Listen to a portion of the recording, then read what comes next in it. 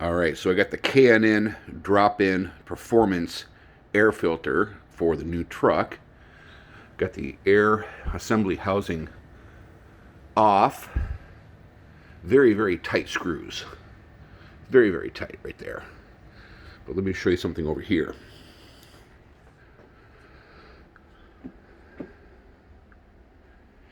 All right, this is the stock filter. Look at this.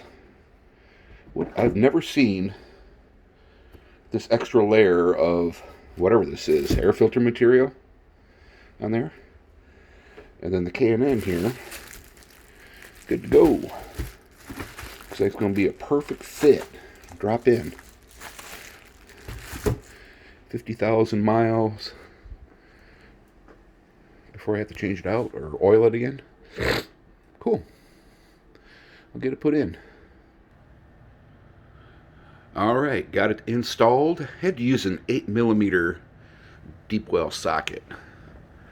A screwdriver in there. And those 3 screws was a pain in the ass to get to. But it popped right in there, good fit. Check a look at this warning sticker. The use of a K&N air filter will not void your vehicle's warranty. Well, that's nice. You see that? Alright, zoom zoom. You know, these heavy-duty air filter boxes are plenty. I mean, you can go cold air induction, but then you have to do a tuning and all that. And I figured, you get 5 to 7 more horsepower just dropping that in there, and better airflow at higher RPM. So we'll see.